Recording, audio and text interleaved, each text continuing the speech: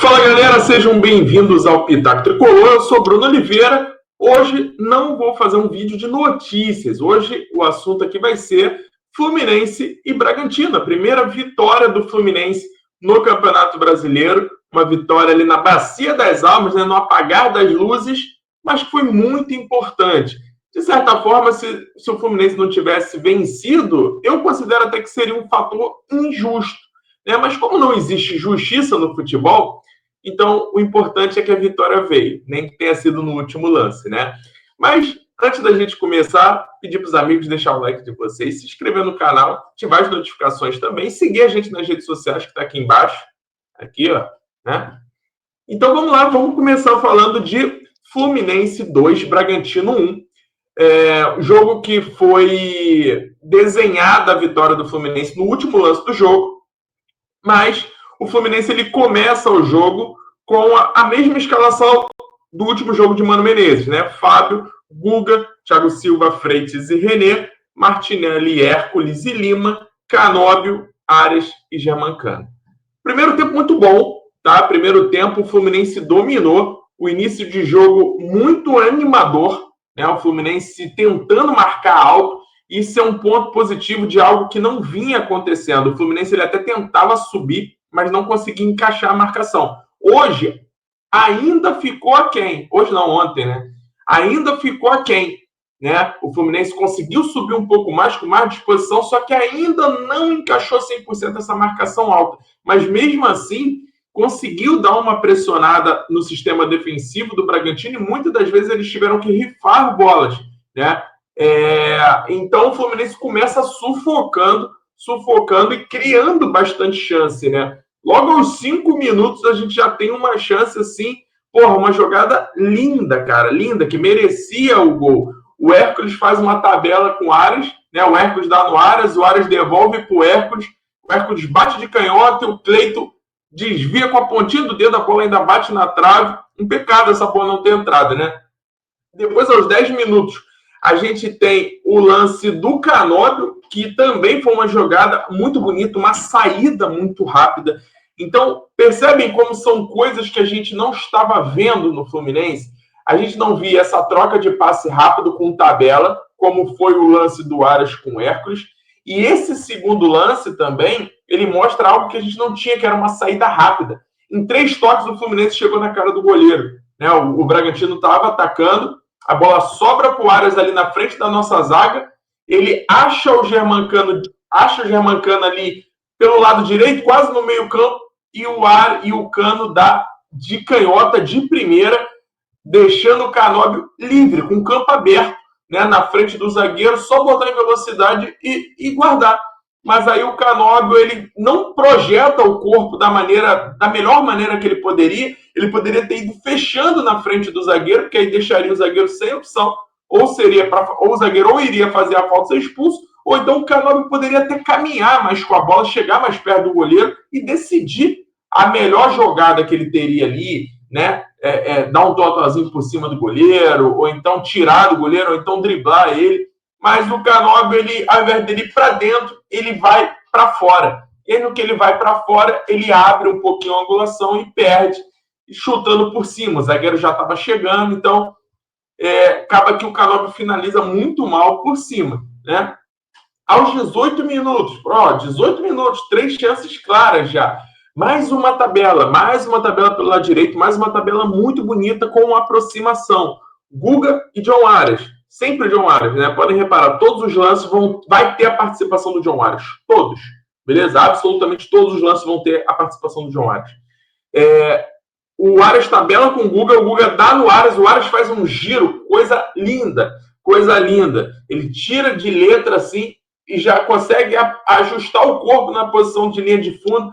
E aí ele não faz um cruzamento, ele faz um passe para o Lima. Só que aí no domínio do Lima, a bola quica sobe. E aí no que ele espera descer, fica a marcação aperta um pouquinho e o chute sai errado, sai um chute por cima. Uma boa finalização também, uma boa chegada do Fluminense, isso tudo com 18 minutos de jogo.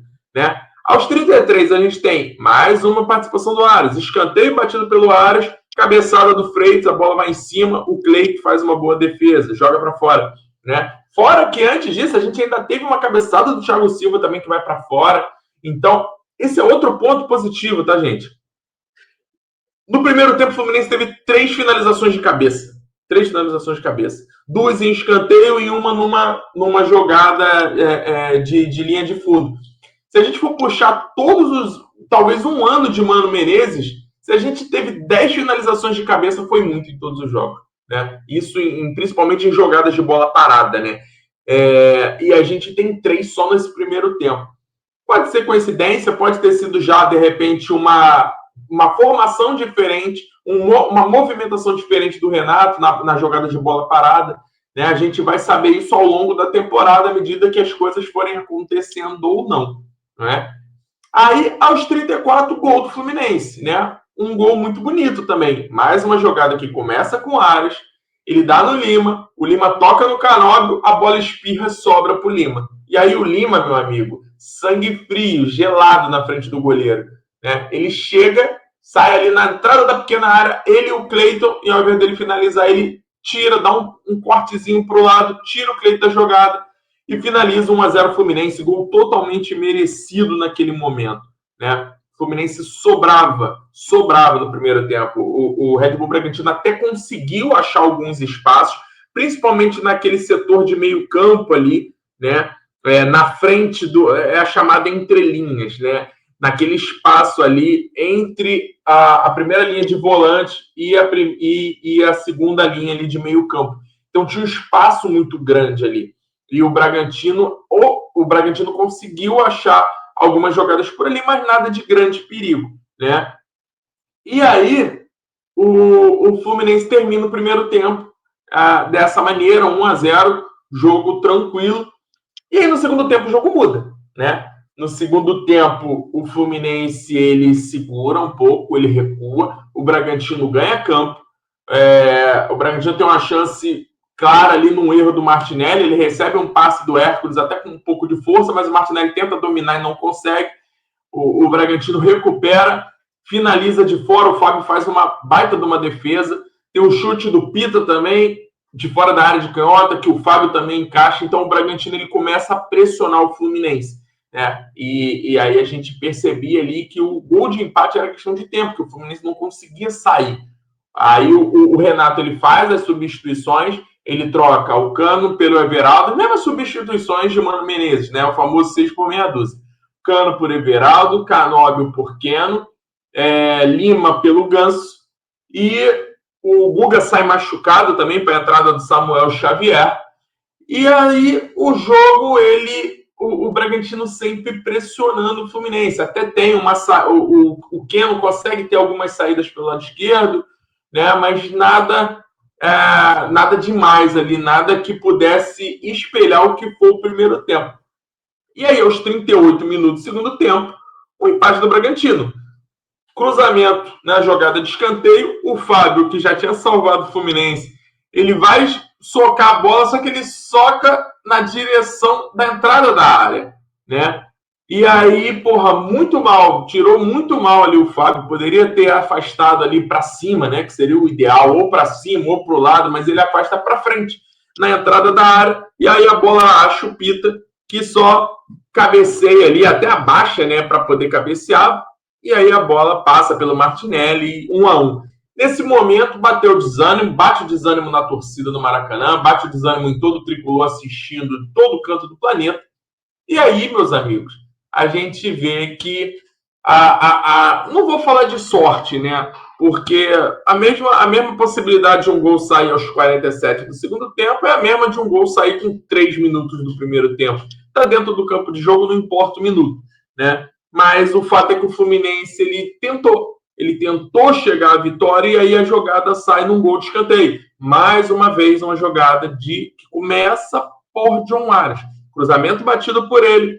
O Bernal trisca a bola ali, ele divide com o zagueiro, a bola sobra para o Thiago Silva e o Thiago Silva finaliza como um centroavante, amigo. Ele finaliza uma bola ali que já tinha passado do Cleiton, seria gol do Thiago Silva e o zagueiro tira em cima da linha. E aí, quando tira em cima da linha, sobra para o Martinelli, só empurrar para dentro do gol.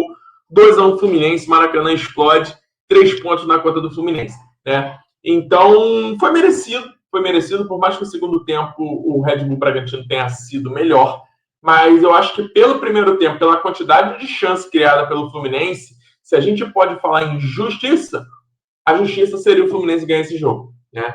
E ela aconteceu. Então o Fluminense vai ser os 3 primeiros pontos no campeonato. Próximo jogo agora não vai ser pelo Brasileiro, vai ser pela Sul-Americana. A gente vai enfrentar o San José no Maracanã quinta-feira, 21h30. E pelo Brasileiro a gente volta no domingo contra o Santos, também no Maracanã, 19h30, né? Então, não tem essa, meus amigos. O Campeonato Brasileiro não tem jogo fácil. Pegamos o Fortaleza, pegamos agora o Red Bull Bragantino, agora já vamos com o Santos. Então, não tem jogo fácil. Não dá para relaxar, não dá para abrir mão da vitória. E a vitória de hoje contra o Red Bull Bragantino era inegociável. E o Fluminense fez a parte dele. Né? Um jogo que o Renato Gaúcho era esperado que ele viesse com o mesmo time. Tá? Era esperado isso, porque ele teve 2 treinos apenas, não teve como fazer nada. Então era o normal que viesse o time que veio, as substituições que vieram. Então valeu pela vitória e que a gente consiga fazer um grande jogo, né, contra o San José, que é um time horroroso. Né? É um jogo ali para se firmar mais uma vitória, trazer moral para o elenco, trazer moral para o Renato Gaúcho, garantir, trazer moral para a torcida também do Fluminense e depois fechar essa parada, esse caixão contra o Santos no domingo também no Maracanã. Jogos no Maracanã têm que ser vencidos. Não dá para negociar. Então, agora falando um pouco sobre jogadores, né? Tem algumas observações. O Freitas, eu gostaria de falar do Thiago Silva. Acho que o Thiago Silva, mais uma vez, fez um jogo... Eu não vou falar que ele fez um jogo impecável, porque no segundo tempo ele erra uma bola, a bola é recuada para ele erra o domínio, escapa e ele entrega no pé do atacante do Bragantino, mas ele consegue se recuperar. Né? Então, na teoria ali, não gerou perigo, mas foi algo que despertou ali uma tensão, né, naquela jogada, a tensão da torcida tricolor. Mas um jogo magnífico do Thiago. O gol sai por causa dele também, porque ele tem a finalização. Outro jogador também que eu gostaria de destacar, o Freitas. O Freitas, ele nem foi mal.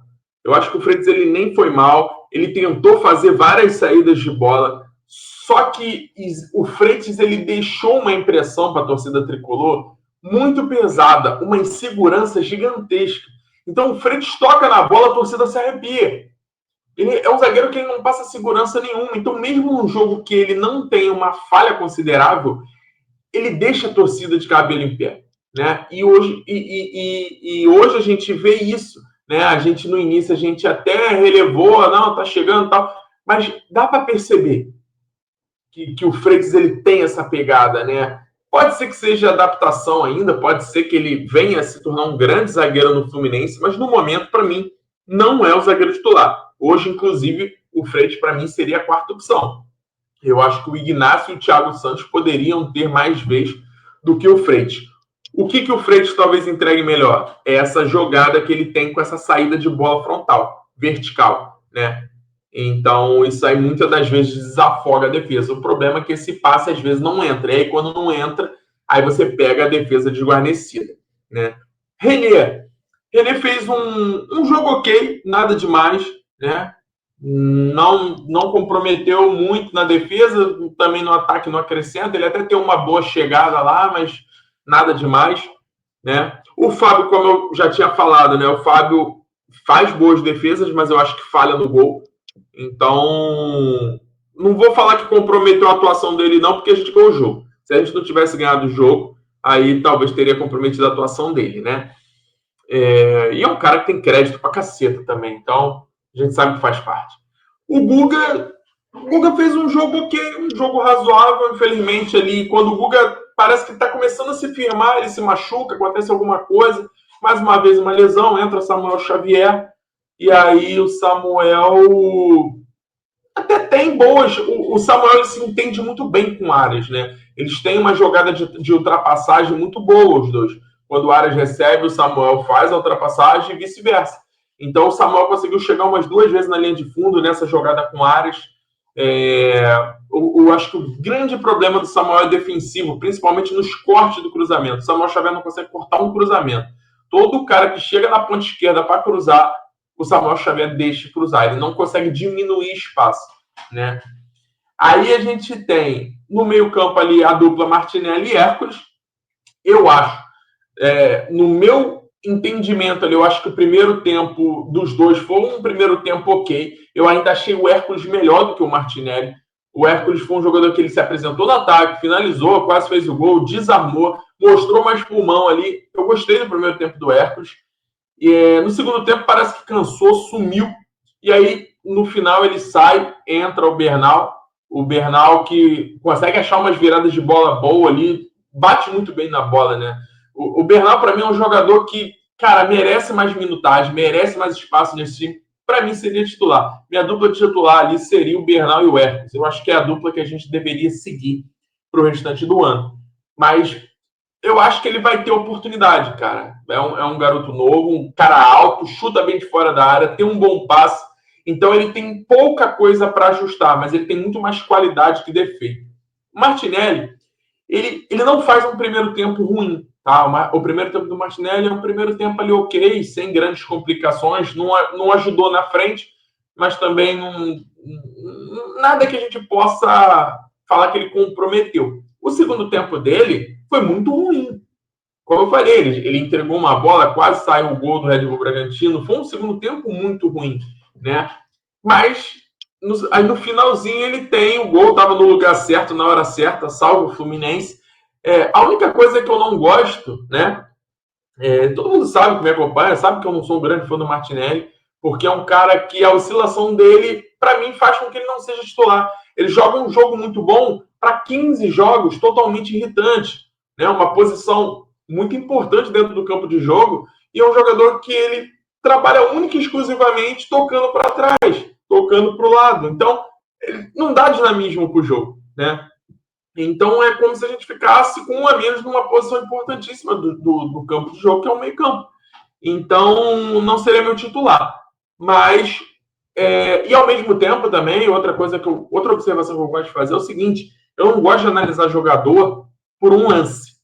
Assim como eu já falei muito de Germancano, que vários jogos ali ele fez um gol, mas não tocou na bola. Tudo bem, o Cano até a gente entende, porque a função do Cano é fazer gol. Então, se ele não fizer nada o jogo todo e fizer um gol e o Fluminense ganhar, ele fez o papel dele, né? Diferente de um volante. Então, a principal função do Martinelli não é fazer gol. Então, eu vou analisar a atuação. Da mesma maneira, seria se o Hércules tivesse feito aquele primeiro gol aos 5 minutos, estariam falando que o Hércules jogou demais, que fez o melhor jogo. Enfim, eu acho que ele foi mal no segundo tempo, jogou bem no primeiro, né? Mas tem muito a evoluir, eu acho que pode crescer muito mais ainda. Então eu não gosto de analisar por uma jogada. Eu gosto de analisar o contexto do jogo em geral, né?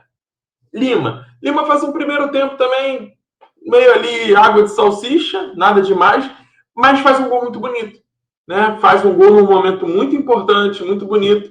Então também ali salvou a sua atuação, né? Porque se a gente for colocar, fez um jogo nota 6, né? Não foi grandes coisas, mas o gol ajudou ele um pouco, assim como o gol ajudou o Martinelli, né? Mas num contexto geral, acho que o Lima foi melhor do que o Martinelli, do que o Hércules, por exemplo. Acho que ele tentou se movimentar, participou um pouco mais, mas não consigo enxergar o Lima como um jogador titular para o Fluminense, né? E aí entra Paulo Henrique Ganso. Paulo Henrique Ganso entrou totalmente perdido no jogo, praticamente não conseguiu tocar na bola, mas uma coisa que eu falei e que eu acredito, eu acho que o Ganso precisava entrar, porque não é só a parte física que precisa recuperar, é principalmente a parte de ritmo de jogo, né? E o ritmo de jogo não se consegue com o jogo apenas, é jogando. Então ele entra um pouquinho hoje, entra um pouquinho amanhã, entra um pouquinho depois de amanhã, e assim até o Ganso poder ter o melhor, a plenitude da sua forma física e técnica, né? Então foi importante ele ter entrado no jogo ontem. Eu acho que o Renato ele erra no momento que ele coloca o Ganso. Eu acho que ele poderia ter vindo ali com o Lescano, né? O Lescano dá muito mais movimentação, um jogador que está pedindo passagem, entrou 2 vezes já e entrou bem, se movimentando bastante. E poderia ter deixado o Ganso um pouquinho mais para o final do jogo, para entrar lá com 35, né? Só para poder ir soltando a musculatura. Então eu acho que ele deu tempo demais para o Ganso ali, e aquilo poderia ter colocado o placar em risco, né? Porque a gente perde um jogador no meio-campo da maneira como o Ganso entrou. Mas, como é bom ter Paulo Henrique Ganso de volta, né? Então, tenho certeza que vai ser muito útil, vai ajudar muito ao longo do ano, porque é gênio, né?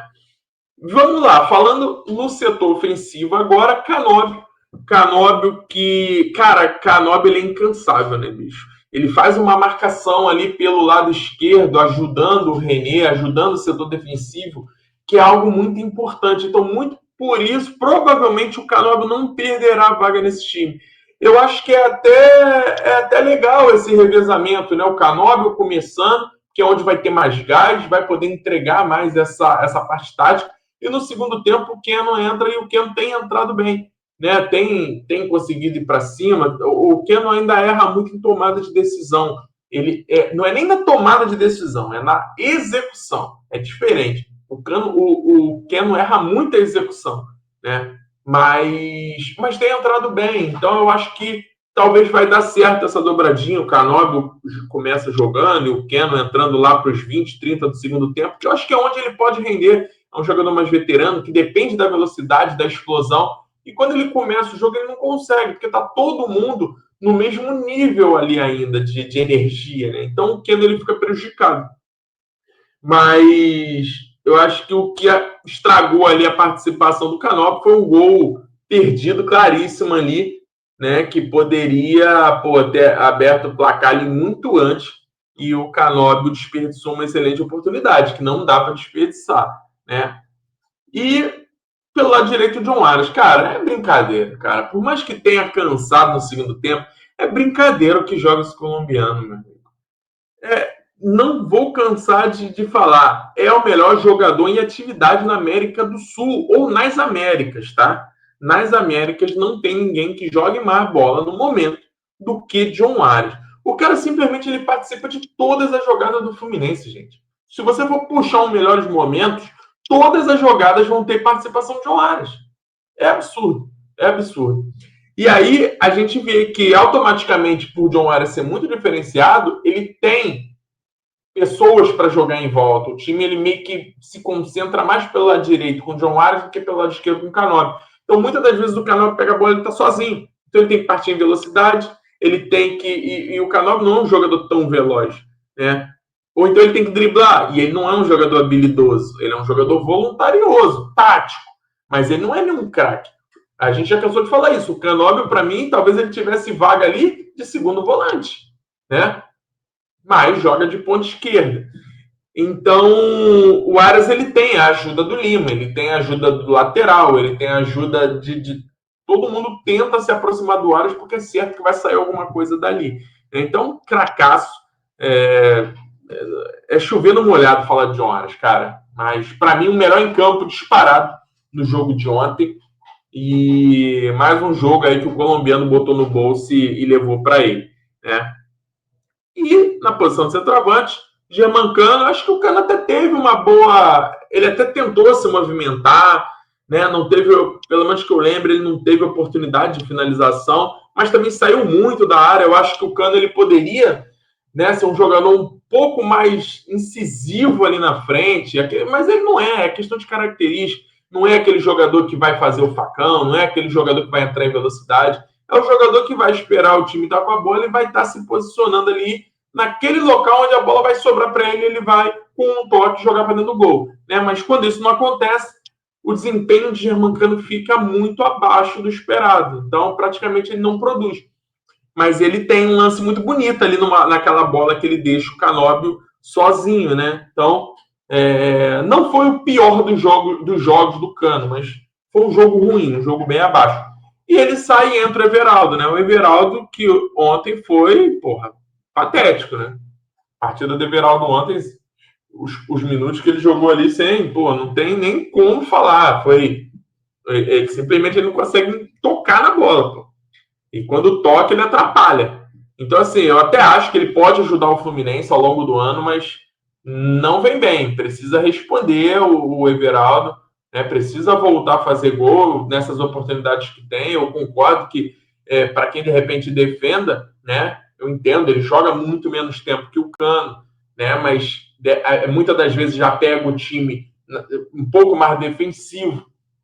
Então, assim, é complicado, mas precisa responder, né? E a resposta do centroavante é fazendo gol. Então, ele precisa fazer isso. De repente, o jogo do San José é um jogo que pode botar a galera lá no alto de novo, porque é um jogo contra um time de várzea, né? Então, é um momento de Cano voltar a fazer gol, todo mundo voltar a jogar bem, e quem se destacar nesse jogo do San José pode sair grandão para jogar contra o Santos e assumir a titularidade, porque tem algumas posições ali que ainda estão em aberto, principalmente com o técnico novo, né? Então é isso, galera. Primeira vitória do Fusão, né? Para dar tranquilidade para a gente passar a nossa semana. E é isso. Deixem nos comentários o que vocês acharam do jogo, se vocês curtiram, né? O que vocês vão esperar aí dos dois jogos ao longo da semana, São José e Santos. Beleza? Amanhã, vídeo aqui, 7 da manhã, mais uma vez. Aguardo os amigos aí, beleza? Fiquem bem, saudações tricolores e até a próxima. Valeu!